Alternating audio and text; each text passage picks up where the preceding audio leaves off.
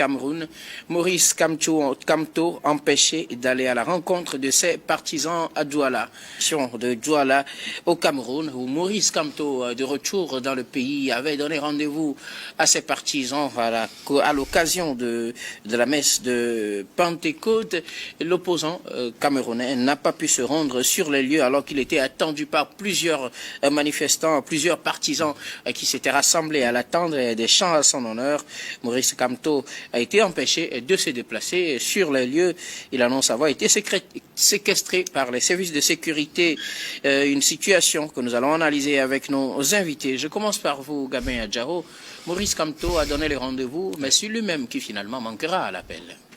Oui, c'est lui-même qui finalement manquera à l'appel et vous savez, les autorités camerounaises évoquent le motif comme quoi la préservation de l'ordre public et surtout qu'ils disent, ce sont les autorités camerounaises qui disent que cette manifestation-là n'a pas été autorisée alors que le parti de Maurice Kamto disait que non, ils avaient déjà informé les autorités puisque chez eux ils sont dans un régime d'information et non d'autorisation. Je crois que les autorités camerounaises ont eu peur après le meeting de Maurice Kamto à Paris, vu le nombre de personnes qu'il avait rencontrées et qu'il avait rassemblées.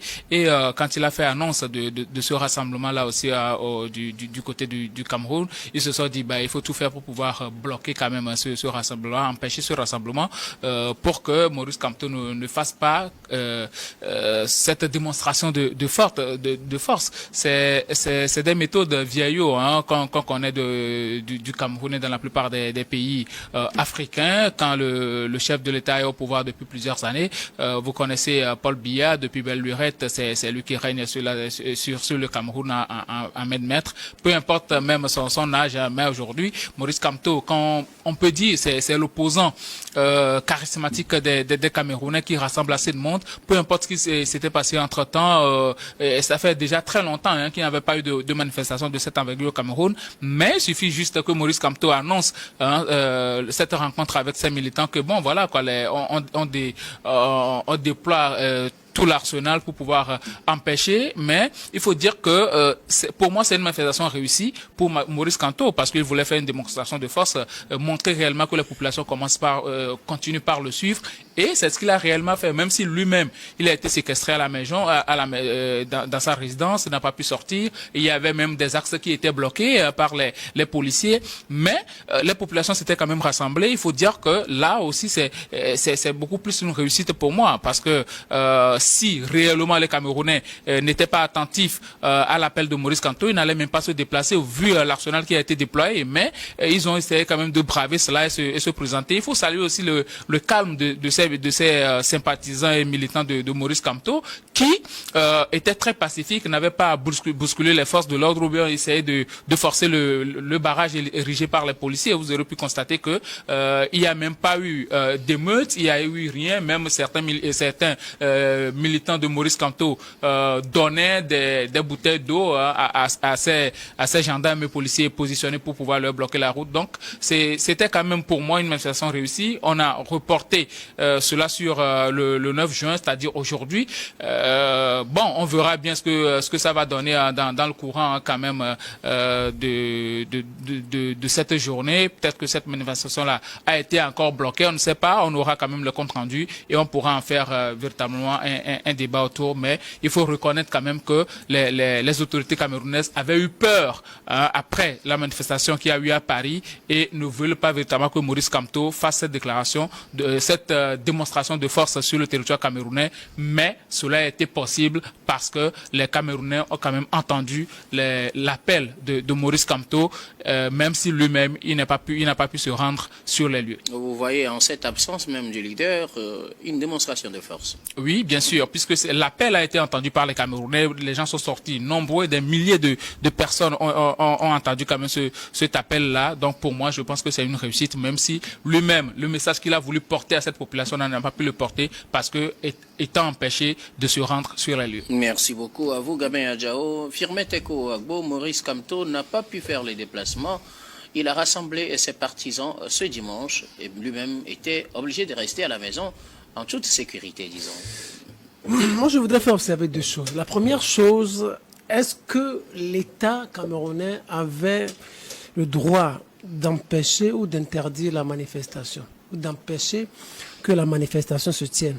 Oui, c'est un État, au vu d'un certain nombre de paramètres, l'État peut se dire, ah, peut-être nous n'avons pas toute la logistique possible pour pouvoir encadrer la manifestation. Peut-être ce que vous avez eu à organiser à Paris, si on vous laissait l'organiser ici, ça va peut-être créer des troubles à l'ordre public ou des situations difficiles. En tout cas, c'est l'État qui a tous les renseignements possibles. Mais est-ce que hier, au niveau du Cameroun, au niveau de cette manifestation, est-ce qu'on devrait le faire? Est-ce que c'était opportun d'empêcher la tenue de la manifestation? Moi, je ne trouve pas ça opportun. Je ne trouve pas ça opportun parce que, quoi qu'on puisse dire, quoi qu'ils aient pu faire, Maurice Kamto a réussi.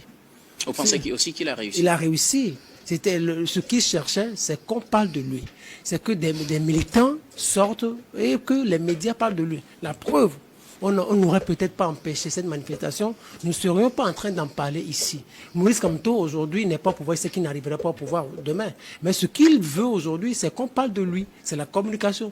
Donc c'est une communication réussie pour lui. Et à ce niveau, l'État camerounais a échoué. On a beaucoup plus, on l'a aidé à entretenir son mythe du moment. Maurice Kamto, tout le monde en parle aujourd'hui. Sur ce point, l'État camerounais a échoué. Vous savez, il y a Elon Musk qui trompe, qui qualifie Donald Trump de has-been. Vous savez, ça, c'est ma deuxième observation. C'est l'erreur que le général Eyadema aussi avait commise au Togo, avec Jigris Olympio.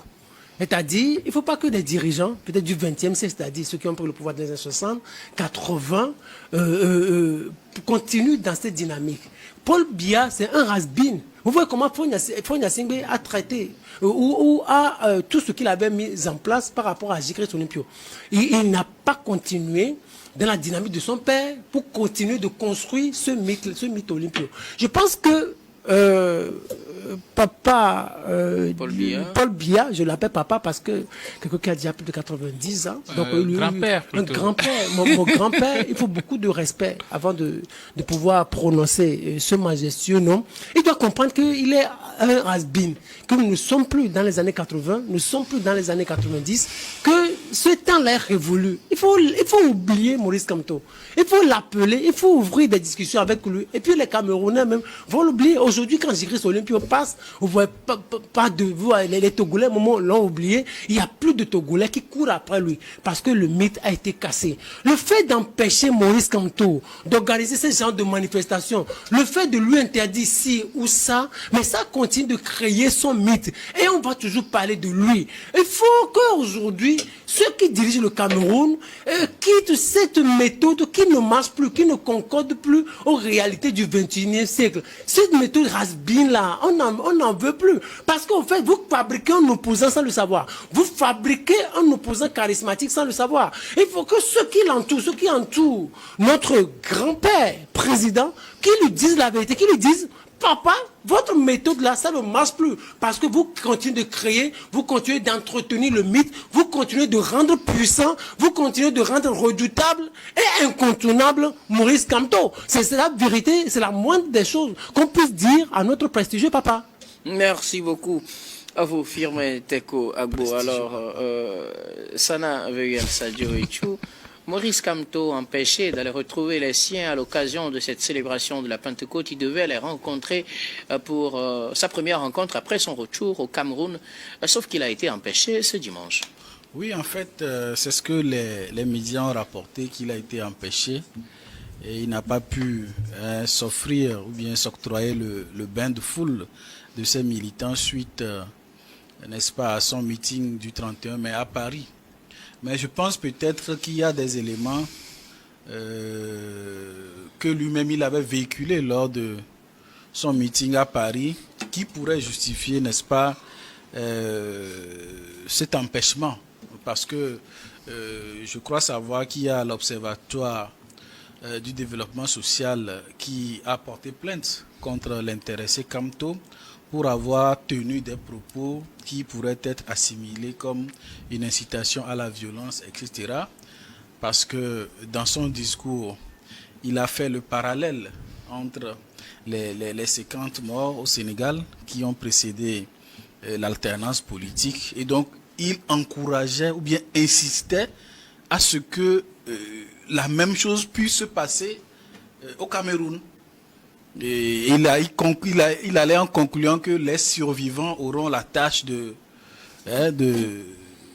faire le reste. Donc, je pense que lorsqu'un leader politique qui a cette popularité, qui devant une masse de milliers de personnes tient ce discours et qu'il rentre au pays, il y a des craintes, il peut y avoir des craintes au sein de l'appareil sécuritaire que ces propos soient mis en application. Que les gens se fassent tuer? Je pense que c'est ce qui a justifié le fait qu'on l'ait empêché d'aller... Je veux comprendre une chose. Ces propos peuvent être mis en application dans le sens où les manifestants vont se faire tuer, ou dans le sens où les agents de sécurité, gendarmerie, police vont tirer sur les gens? Vous savez qu'à un moment donné, lorsque il y a des dérapages, il y a des dérapages dans les comportements. À un moment donné, nous savons que lorsqu'il y a des dérapages, il ne peut pas forcément qu'on compte sur les populations. Des violences peuvent être exercées sur d'autres personnes, pas les manifestants aussi. La violence, elle est double. Oui, c'est ce que je veux savoir. Donc il ne faut pas avoir des deux côtés. Moi, les manifestants vont aller tuer les non-manifestants. Je ne souhaite pas aller dans ce sens parce qu'une personne morte, peu importe la personne qui exerce la violence. C'est pourquoi je dis la violence a voulu peut-être être évitée par l'appareil sécuritaire, les autorités. C'est pourquoi on l'a empêché de venir tenir les mêmes discours devant, n'est-ce pas, ces militants. Est-ce à dire dans ce sens qu'on ne va plus jamais lui permettre de faire un bain de foule ou de se prononcer sur la situation? Parce que là, si on l'empêche aujourd'hui ou qu'on le laisse demain, il peut faire la même chose. Non, peut-être que dans les prochains jours, il va se repentir de ces discours-là. Je ne sais pas, je ne suis pas devin, je n'ai pas consulté d'oracle avant de venir ici pour savoir s'il sera empêché ad vitam ou bien s'il sera autorisé. Même moi, je constate qu'il a tenu des propos qui peuvent être, n'est-ce pas, mal interprétés. Et donc, il fallait clarifier, à mon sens, ce qu'il a dit. On l'a empêché, mais dans les prochains jours, on verra comment la situation va évoluer. Merci beaucoup. À vous, je ne sais pas, Firmin, avec...